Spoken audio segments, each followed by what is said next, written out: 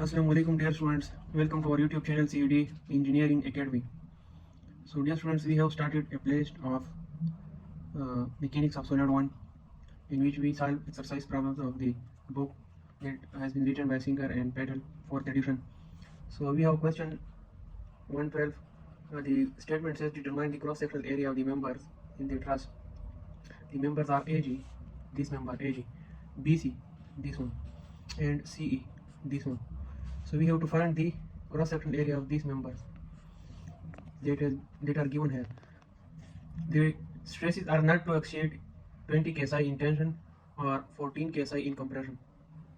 A reduced stress in compression is specified to reduce the danger of buckling. तो dear students, यहाँ पर जो हमें ट्रस्ट दिया गया है इसमें हमारे से क्वेश्चन ये हुआ है कि इसमें आप लोग क्रॉस सेक्शन एरिया फाइंड करो। मेंबर एजी जो है इसमें क्रॉस सेक्शन एरिया फाइंड करो, बीसी में फाइंड करो और सी में फाइंड करो। तो हमें पता है क्रॉस सेक्शन एरिया स्ट्रेस के फार्मूले में आता है, stress is equal to load per unit area, तो उससे हम फाइंड करेंगे। लेकिन उससे के जरिए क्रॉस सेक्शन एरिया फाइंड करने के लिए हमें सबसे पहले फोर्स चाहिए, तो इसको हम फोर्स एनालाइजेशन करेंगे, इसकी हम फोर्स एनालाइज करेंगे। सही है, जब फोर्स एक बार फाइंड हो जाए तो फिर स्ट्रेसेस हमें दिए गए। ये कह रहा है कि अगर किसी में कंप्रेशन स्ट्रेस पैदा हो तो उसके लिए आप लोग लिमिटिंग वैल्यू क्या ले, 14 kSI ले, और अगर किसी में टेंशनल स्ट्रेस पैदा हो तो उसके लिए लिमिटिंग स्ट्रेस की वैल्यू 20 kSI ले। तो अब हम फोर्सेस की एनालाइजेशन करेंगे, इक्विलिब्रियम की इक्वेशन भी इसमें इस्तेमाल करेंगे। तो आइए बाकायदा सोल्यूशन की तरफ। यह सोल्यूशन क्या कहता है इसका। अच्छा, तो मैंने यहाँ पर इसका फ्री बॉडी डायग्राम भी बनाया और गिवन डेटा, ये जो हमारे पास शेप है इसका गिवन डेटा भी मैंने लिखा है। इस जी मेंबर पर यहाँ पर 40 किप्स लोड अप्लाई हो रहा है, एफ पॉइंट पर 25 किप्स लोड अप्लाई हो रहा है। सही है, तो मैंने वो गिवन डेटा भी लिख लिया कि limiting stress for compression should be 14 kSI and limiting stress for tension should be 20 kSI. These two conditions are given in the statement of the question. So required, what is required here, the cross section area of the member AG, BC and AC. So students, मैंने यहाँ पर ये free body diagram थोड़ा congested बनाए। ये यहाँ पर इसका डी पॉइंट है। सही है, डी पॉइंट पर यहाँ पर बुक पे और रोलर सपोर्ट है। ठीक है, रोलर सपोर्ट में हॉरिजॉन्टल रिएक्शन होता है, यहाँ पर फिक्स सपोर्ट है तो इसमें वर्टिकल और हॉरिजॉन्टल दोनों होंगे। तो ये मैंने शो किया हुआ है, ये सपोर्ट रिएक्शन है। तो अब हम यहाँ पर क्या करेंगे, अब हम यहाँ पर सबसे पहले ये सपोर्ट रिएक्शन जो है इसकी वैल्यूज फाइंड करते हैं कि सपोर्ट रिएक्शंस की क्या वैल्यू, फिर उसके जरिए हम उसके बाद हम जाएंगे इसके इंटरनल क्रॉस सेक्शन और मेथड ऑफ जॉइंट्स और मेथड ऑफ सेक्शन से इसके फोर्स एनालाइज करेंगे। तो अब हम क्या करते हैं, मैं ये लेता हूँ कि summation of F of Y is equal to 0। तो यहाँ पर वाई में ये जा रहा है, ठीक है, ये क्या हो जाएगा आर ए वाई, ये तो फोर्सेज नीचे आ रहे हैं तो ये क्या हो जाएंगे -40 -25 इज इक्वल टू 0। तो यहाँ से हमारे साथ आर ए वाई की वैल्यू क्या आ जाएगी 65 किप्स। सही है, और उसके बाद मैं क्या करता हूँ, ये तो ये आर ए वाई तो हमारे साथ फाइंड हो गया। उसके बाद मैं लेता हूँ summation of F of X is equal to 0। अच्छा, पहले मैं चलो summation of F of X is equal to 0 लेता हूँ। तो यहाँ पर मेरे साथ एक ये फोर्स है आर ए एक्स माइनस ये इस तरफ जा रहा है, तो ये आर डी एक्स हो जाएगा इक्वल टू 0। मतलब आर ए एक्स फोर्स जो है वो आर डी एक्स के बराबर होगा। तो यहाँ पर हमारे पास आर डी एक्स की वैल्यू नहीं है, तो हम किस तरफ, ये ए पॉइंट है, ये ए पॉइंट है। सही है, ये ए पॉइंट है, ये बी पॉइंट है, ये सी है, ये डी, ये ई हो जाएगा, ये एफ, ये जी। सही है, तो इसके रिस्पेक्टिव पॉइंट से मैं इस पॉइंट पर मूवमेंट 0 लेता हूँ, ए पॉइंट पर। तो फिर देखते हैं कि यहाँ पर क्या होता है। इस पॉइंट पर अगर मैं मूवमेंट 0 लूंगा तो ये फोर्सेज हमारे साथ क्या हो जाएंगे, ये दो फोर्सेज होंगे, ये 0 हो जाएंगे, इससे मूवमेंट काज नहीं होगा। ये 40 क्लॉकवाइज मूवमेंट काज कर रहा है यहाँ पर, तो 40 मल्टीप्लाई बाय मूवमेंट आम हमारे पास क्या है, ये हॉरिजॉन्टल 4 फीट है, वर्टिकल 6 फीट है, ये भी 4 फीट है, ये भी 6, ये भी 4 फीट। सही है, ये 6 फीट है। तो हमारे साथ मूवमेंट आम हमारे पास ये एक कितना है 4 है। फिर ये भी क्लॉकवाइज रोटेशन काज कर रहा है, 24 मल्टीप्लाई बाय, देखो एक ये है फिर दूसरा ये है, तो ये क्या हो जाएगा मल्टीप्लाई बाय मूवमेंट आम इसका ऐड हो जाएगा। और ये फोर्स जो है ये एंटी क्लॉकवाइज मूवमेंट काज कर रहा है ए पॉइंट पर, तो ये मल्टीप्लाई बाय ये डिस्टेंसेस जो कि वर्टिकल है, ये कितने 6 6 6, तो ये 18 हो जाएगा। मतलब R D X multiply by 18 equal to 0। तो इसको कैलकुलेट करने के बाद हमारे पास आर डी एक्स की वैल्यू आ जाएगी जो कि 20 किप्स के बराबर होगी। तो अब इस वैल्यू को यहाँ पर पुट करो, फिर आपके साथ क्या हो जाएगा आर ए एक्स भी आपके साथ आ जाएगा और 20 किप्स के बराबर है। मतलब है कि ये भी 20 किप्स के बराबर है, आर ए वाई जो है ये 65 किप्स के बराबर है, और ये भी 20 ये आर यहाँ पर जो रिएक्शन फोर्स है आर डी एक्स ये भी 20 किप्स के बराबर है। तो हमने यहाँ पर रिएक्शन सारे फाइंड कर लिए। अब हम क्या करेंगे, अब हम इस तरह करेंगे कि ये यहाँ पर हमने सबसे पहले ए जी मेंबर में फोर्स फाइंड करना है। तो इस फोर्स को फाइंड करने के लिए मैंने क्या करना होगा, मैंने ये पॉइंट ए जो है इस पर फोर्सेज एनालाइज करना है, इस पर कितनी फोर्सेज लग रही है, फिर उसे मैं ए जी का फोर्स फाइंड कर लूँगा। तो वो मैं नेक्स्ट पेज पर सबसे बड़ी डायग्राम उठाता ये ए पॉइंट। तो यहाँ पर हमारे साथ देखो ये ए पॉइंट जो है, ये ए पॉइंट यहाँ पर, इसके मैं अगर फोर्सेज ड्रा करूँ तो यहाँ पर फोर्स अप्लाई हो रहा है ना, तो ये वाले मेंबर में ये इस तरफ कैंच हो जाएगा, तो इसमें टेंशन पैदा होगा। मतलब ये है कि यहाँ पर मैं ये फोर्स अवे शो करता हूँ, सही है। और उसके बाद हम क्या करते हैं, उसके बाद स्टूडेंट्स अगर ये पॉइंट में यहाँ पर ड्रा करो, इसमें वर्टिकल और हॉरिजॉन्टल डायरेक्शन में दो रिएक्शन शो हो जाएंगे। अगर यहाँ पर हमारे पास फोर्स होएगा तो इस एजी मेंबर में हमारे साथ टेंशन पैदा होगा, ये मैंने सपोज कर लिया।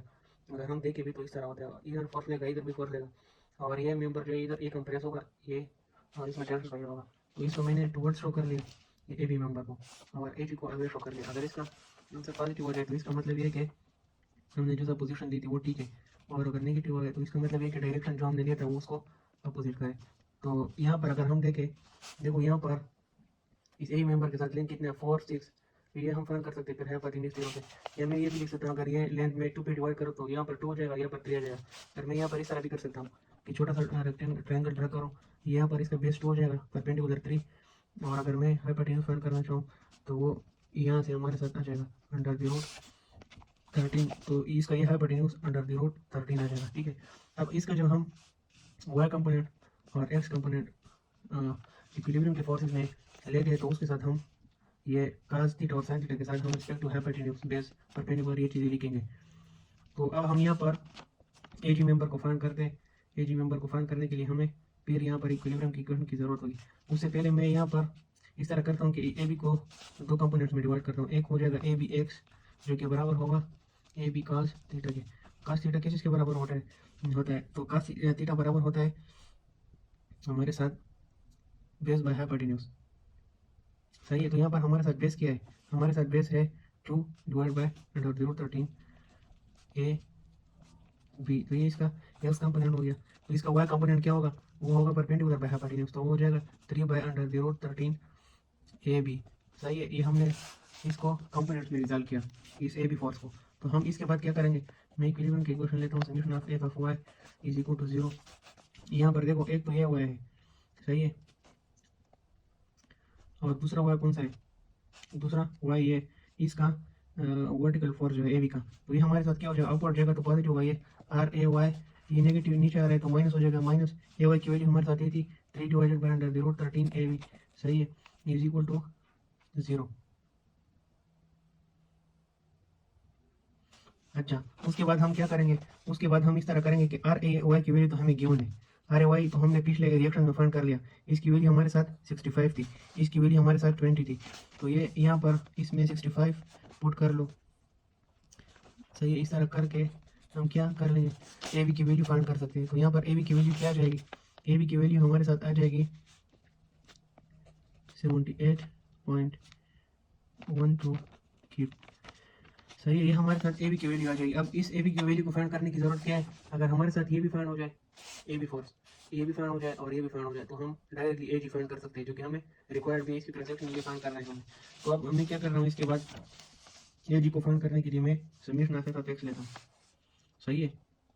समेशन ऑफ एक्स में डायरेक्ट नहीं ले सकता, आप लोग कह रहे होंगे कि समेशन ऑफ एक्स हम डायरेक्ट लेते हैं, उसमें से हम ए जी की वैल्यू फाइंड करते हैं क्योंकि ये दोनों फोर्सेस हॉरिजॉन्टल है, लेकिन उसमें फिर मसला यह आ जाता है कि इस इंक्लाइंड फोर्स का वर्टिकल कंपोनेंट भी हमारे पास आ जाता, तो उसमें ए बी की वैल्यू आ जाती है। ए बी तो भी हमें अननोन नहीं थी ना, और उसके साथ ए जी भी अननोन नहीं, तो हमारे पास दो अननोन है तो डायरेक्ट फाइंड नहीं होता।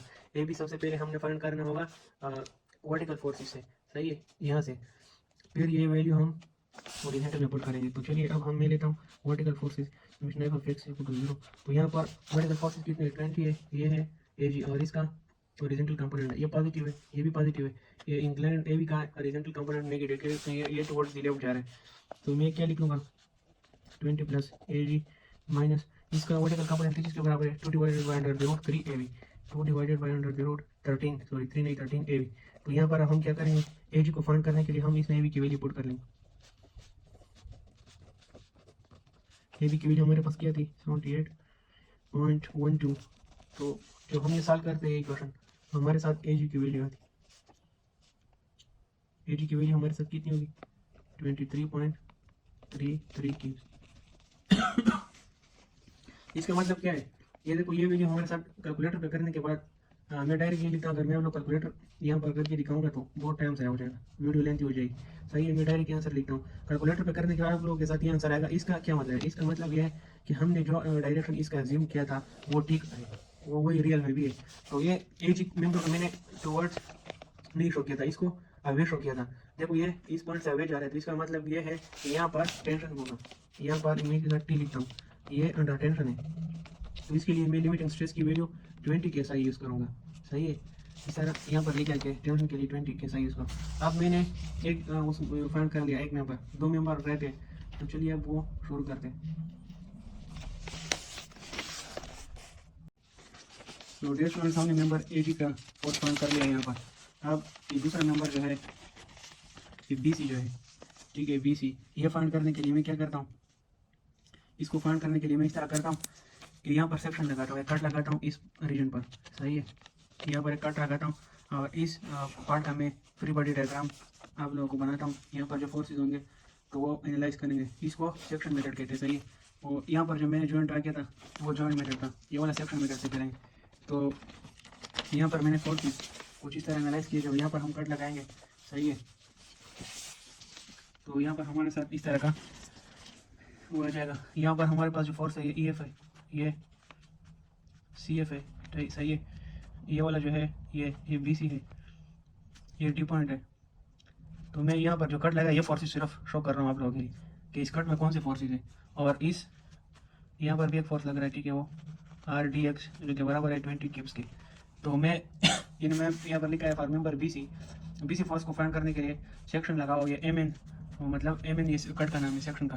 तो मैं यहाँ पर क्या कर रहा हूँ, BC फोर्स है, ये भी इंक्लाइंड पाथ पर है और इसका पाथ भी वही है, ठीक है, जो मैंने आप लोगों को बताया था।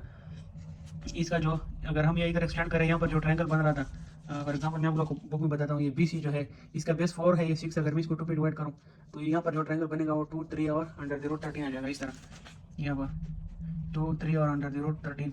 तो इस फोर्स के फिर दो कंपोनेंट बनेंगे उसी तरह, एक्स कंपोनेंट और वाई कंपोनेंट। तो इसके में एक्स कंपोनेंट किस तरह होगा, ये BC एक्स जो होगा वो हो जाएगा BC कॉस ऑफ थीटा। तो कॉस ऑफ थीटा में हमारे पास क्या आता है, बेस बाय, उसमें आता है हमारे साथ बेस बाय हाफ हाइपोटेन्यूज। तो यहाँ पर हो जाएगा 2 डिवाइडेड बाय अंडर 0, 13 BC। और BC वाई हमारे साथ क्या जाएगा, वो हमारे साथ परपेंडिकुलर बाय हाफ हाइपोटेन्यूज आएगा, तो 3 डिवाइडेड बाय अंडर 0, 13 BC आ जाएगा। सही है, ये इंक्लाइन वो फोर्सेज जहाँ पर भी आप लोग देख लो तो उसको इस तरह स्ट्रेसेस में एनालाइज करो। सही है, डियर स्टूडेंट्स, हमारे पास ये यहाँ पर इस तरह आ जाएगा कि मैं इस F पॉइंट पर मूवमेंट लेता हूँ। सही है, फिर फोर्सेज को एनालाइज करता हूँ। तो हमारे साथ अगर मैं कहूँ कि क्लब वाइज पॉजिटिव है और summation of movement at F point is equal to 0, यहाँ पर जो पॉइंट है F, इन फोर्सेज को यहाँ पर मैंने कट लगाया था, इन फोर्सेज को मैंने एक्सटेंड किया तो यहाँ पर F पॉइंट बन रहा है। तो इस पॉइंट पर देखो ये यहाँ पर कौन मूवमेंट काज कर रहा है, इसका एक्स कंपोनेंट मूवमेंट काज कर रहा है, इसका वाई कंपोनेंट मूवमेंट काज नहीं कर रहा है क्योंकि वो लाइन अफेक्शन पर आ रहा है। और उसके साथ ये वाला फोर्स जो है ये भी मूवमेंट काज कर रहा है। तो इसका एक्स कंपोनेंट हमारे साथ क्या था, एक्स कंपोनेंट हमारे साथ था 2 divided by under 0, 13 BC multiply by movement arm. तो इसका मूवमेंट आर्म इसका परपेंडिकुलर ये वाला होगा, ये कितना था 6 फीट। सही है, ये 4 है, ये भी 6, तो मल्टीप्लाई बाय 6 हो जाएगा। और उसके बाद फिर ये वाला फोर्स देखो ये एंटी क्लॉकवाइज रोटेशन काज कर रहा है, तो ये -20 हो जाएगा। इसकी वैल्यू हमने फाइंड की थी, मल्टीप्लाई बाय ये वाला डिस्टेंस और फिर ये वाला डिस्टेंस।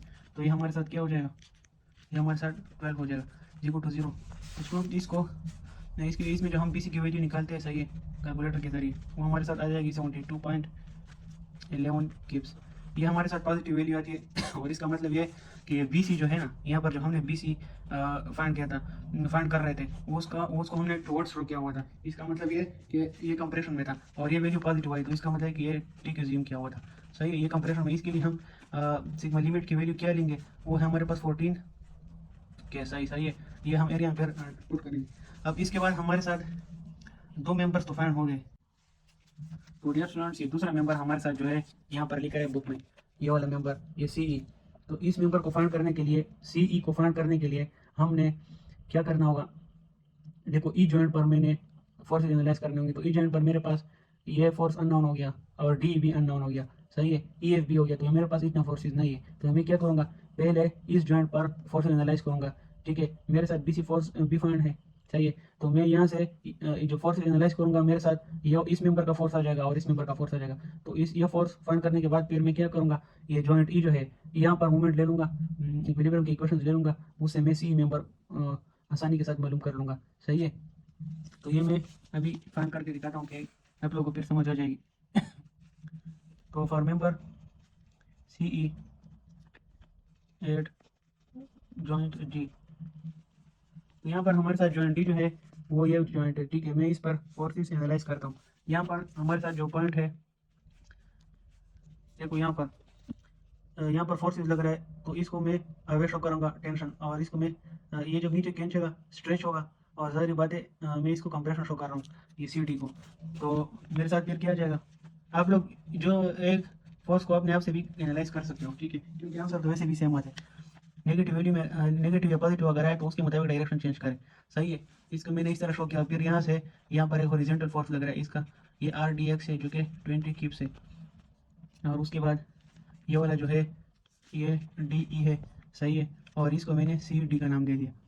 अब देखो ये सी डी जो है यहाँ पर भी उसी तरह ट्रायंगल है 2 3 अंडर द रूट 13, यहाँ पर 4 है, यहाँ पर 6 है, तो उसको मैंने 2 पे डिवाइड किया, 2 3 अंडर द रूट 13 हाइपोटेन्यूज आया है, सही है। तो अब देखो सी डी 4 जो है ये पेर इंक्लाइड जा रहा है, तो इसके दो कंपोनेंट होंगे, सी डी एक्स जो कि बराबर होगा base by hypotenuse 2 divided by under the root 13 C D, और सी डी वाई जो कि बराबर होगा हमारे पास 3 divided by under the root 13 C D, सही है। C D Y sine theta perpendicular by hypotenuse, तो इसके दो कंपोनेंट्स आएंगे। अब मैं यहाँ पर क्या करता हूँ, फोर्सेस एनालाइज करता हूँ। Summation of F of x, movement नहीं बल्कि इस तरह मैं करता हूँ, समीशन इस तरह जाएगा, summation of F of X is equal to 0। अब देखो यहाँ पर एक्स में कौन सा फोर्सेज है, एक तो सी डी का हॉरिजॉन्टल कंपोनेंट है और एक ये है, सही है। तो ये सी डी हॉरिजॉन्टल कंपोनेंट ये है 2 divided by under the root 13 C D, और एक ये फोर्स जा रहा है तो माइनस आर डी एक्स, सही है, इज इक्वल टू 0। तो यहाँ पर इसकी वैल्यू पुट कर लो जो कि 20 किप्स है, सही है, -20 इज इक्वल टू 0। तो यहाँ से हमारे पास सी डी की वैल्यू आ जाएगी जो कि बराबर है 36.06 किप्स, सही है। ये मैं कैलकुलेटर से ऑलरेडी फाइंड करके आप लोगों को लिख रहा हूँ, सही है। आप लोग देखो की वैल्यू आ रही है कि नहीं। तो यहाँ से हमारे पास सी डी की वैल्यू फाइंड हो गई। अब हम आसानी के साथ डी की वैल्यू फाइंड कर सकते हैं, फिर इससे हमारे साथ ये सी मेंबर आ जाएगा। इसमें बहुत ज़्यादा काम है पास में, तो मैं इसके बाद क्या करता हूँ, summation of F of Y लेता हूँ। यहाँ पर फ्री बॉडी डायग्राम इस तरह मैंने बनाया था, सही है। इस फोर्स का वाई कंपोनेंट होगा एफ ऑफ वाई में, और ये होगा वाई कंपोनेंट्स का क्या था 3 divided by under the root 13 C D, इसका वाई कंपोनेंट, सी डी का ये वाई कंपोनेंट, और उसके बाद ये डी था minus D E is equal to 0। तो यहाँ पर सी डी की वैल्यू पुट करो जो इसलिए हमने फाइंड कर ली, ये 36.06 यहाँ पर पुट कर लो आप लोग, तो आप लोग के साथ वैल्यू आ जाएगी।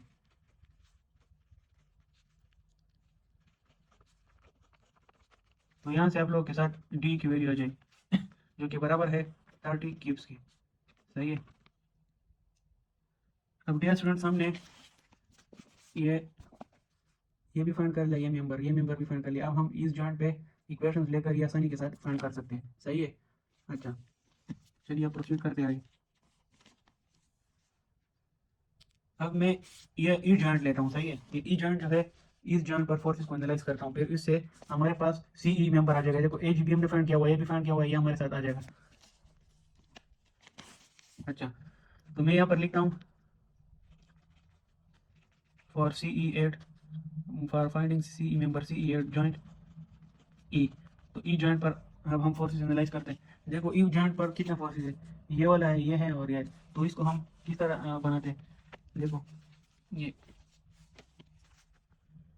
ये यहाँ पर जो फोर्सेस लगेंगे तो जाहिर बात है, देखो यहाँ पर जो फोर्सेस लगेंगे जाहिर बात है इस मेंबर में मैं इस तरह ले रहा हूँ कि इसमें टेंशन जनरेट हो रहा है, ठीक है, और ये भी स्ट्रेच होगा, सही है। ये मेंबर ये स्ट्रेच होगा तो इसमें टेंशन होगा, और मैं कह रहा हूँ कि इसमें कंप्रेशन होता है, ये उधर जा रहा है, सही है। और यहाँ पर फोर्सेस आएंगे तो ये इसमें मैं कंप्रेशन शो कर रहा हूँ, सही है। ये वाला जो है ये अवे जा रहा है। देखो डियर स्टूडेंट्स अगर हम यहाँ पर 20 की फोर्स लगाए और 40 की, तो यहाँ पर भी टेंशन जनरेट होगा, सही है। यहाँ पर भी टेंशन जनरेट होगा इस मेंबर में, और with respect two point A, और ये इसमें कंप्रेशन आएगा, सही है। तो मैंने फोर्स इस तरह शो कर लिया, ये इंक्लाइन फोर्स है ये ई पॉइंट है, इसको मैं नाम देता हूँ ई एफ। ये हॉरिजॉन्टल है, सही है, ये सी ई है, इसको हमने फाइंड करना है। ये वर्टिकल है, ये डी ई है, इसकी वैल्यू हमने फाइंड की थी 30 क्यूब्स के बराबर, सही है। अब यहाँ पर इंक्लाइन है तो वही ट्रायंगल आ जाएगा 2 3 अंडर द रूट 13, सही है। ये तो मैंने बहुत ज़्यादा क्वेश्चन में कर लिया, आप लोगों को पता होना चाहिए। मैं यहाँ पर समीशन ऑफ का हुआ लेता हूँ, तो यहाँ पर देखो इसका वर्टिकल कंपोनेंट इस तरह शो होगा, सही है। इस फोर्स का नीचे की तरफ आएगा तो माइनस होगा, ये क्या होगा, minus under the root vertical के साथ क्या होता है, साइन थीटा होता है, sine theta perpendicular by hypotenuse, तो 3 divided by under the root 13 E F आ जाएगा हमारे पास। ये ऊपर जा रहा है तो ये प्लस 30 हो जाएगा इक्वल टू 0, तो इससे हमारे साथ ई एफ की वैल्यू हो जाएगी, जो कि आप लोगों को दिखाई दे रहा है कि नहीं। देखो ये वाला फोर्स जो है ये इसका, ये ई एफ का जो है ये इसका वर्टिकल कंपोनेंट है, तो इसके साथ साइन थीटा आएगा, और साइन थीटा के साथ मैंने परपेंडिकुलर बाय हाइपोटेन्यूज लिखा। उसके बाद ये ऊपर फोर्स जा रहा है पॉजिटिव है, तो इसको मैंने प्लस 30 लिख लिया। तो इसको रीअरेंज करने के बाद, कैलकुलेट करने के बाद आप लोग के साथ ई एफ की वैल्यू आ जाएगी, जो कि बराबर है 36.06। ये ई एफ की वैल्यू किस में आ जाएगी। उसके बाद आप लोगों के साथ क्या आ जाएगा, उसके बाद मैं लिखता हूँ equilibrium equation horizontal summation of X is equal to 0। तो हमारे पास ये फोर्स जो है, ये इंक्लाइन फोर्स इस तरह आ रहा है, तो इसका ज़ाहिर बात है हॉरिजॉन्टल होगा, और इधर से सी एफ आ रहा है तो ये भी हॉरिजॉन्टल में, और सही है। इस जॉइंट की अगर हम ई जॉइंट की अगर हम बात करें तो हमारे साथ क्या जाएगा कि सी एफ इधर से आ रहा है तो प्लस सी एफ हो जाएगा, माइनस ये लेफ्ट साइड पे जा रहा है तो इसका हॉरिजॉन्टल कंपोनेंट क्या होगा, बेस बाय हाइपोटेन्यूज होगा, cos थीटा होगा, तो 2 divided by under the root 13 ये आ जाएगा। और इसको तो हमने क्या बोला था, इस फोर्स को, इसको हमने कहा था कि ये ई एफ है, सही है, तो ई एफ हो जाएगा इज इक्वल टू 0। तो यहाँ पर हमने ऑलरेडी ई एफ की वैल्यू फाइंड किया है, इसमें पुट कर लो।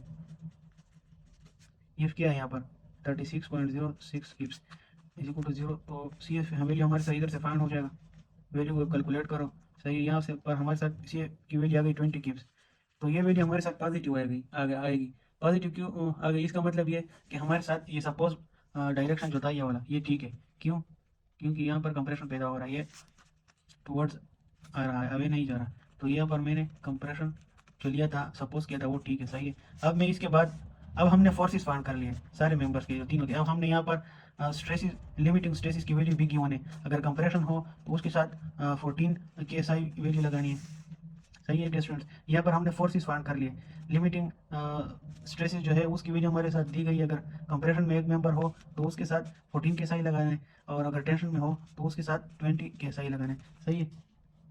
ये इसलिए लगाने ताकि इस लिमिटिंग स्ट्रेस से ज़्यादा ना आए, क्रॉस सेक्शनल एरिया और बकलिंग से बच जाए। तो अब क्रॉस सेक्शनल एरिया फाइंड करने के लिए मैं ये और अलग शीट पर करता हूँ। हमें पता है कि limiting stress is equal to force divided by area, तो एरिया मुझे चाहिए, ये इधर आ जाएगा, ये उधर चला जाएगा। Area is equal to force या load divided by limiting stress, तो हमने एरिया किस चीज़ का पहले निकालना है। अच्छा, मैं निकालता हूँ एरिया मेंबर ए जी का, तो हमारे साथ फोर्स ए जी में कितना था, वो था 23.33, सही है, डिवाइडेड बाय मैंने लिमिटिंग स्ट्रेस उसमें कितनी डालनी, पहले देखते कि एजी मेंबर को मैंने कंप्रेशन में लिया था कि टेंशन में, सही है। देखो ये एजी मेंबर जो है इसको मैंने टेंशन में लिया था, इसके साथ हम लिमिटिंग 20 के सही लेंगे, और इसकी वैल्यू कितनी है 23.33 किप्स। तो यहाँ पर आप लोग पुट कर लो 23.33 kips divide by limiting value 20, तो इससे हमारे साथ आंसर आ जाएगा 1.17 inch square member area of the AG. अब मैं इसको इसके बाद निकालता हूँ area of the member BC, उसके साथ हमारे साथ बीसी का लोड फाइंड करते हैं कि वो हमारे साथ कितना आया था, सही है। देखो डियर स्टूडेंट्स, यहाँ पर मैंने फाइंड किया था बीसी का लोड यहाँ पर हमारे साथ था 72.11 किप्स, इस ये हमारे साथ कंप्रेशन में आया था, तो इसके लिए लिमिटिंग स्ट्रेस की वैल्यू 14 लिखेंगे, सही है। 72.11 डिवाइडेड बाय 14, तो इससे हमारे साथ एरिया की वैल्यू क्या आएगी, cross section area 5.15 inch square.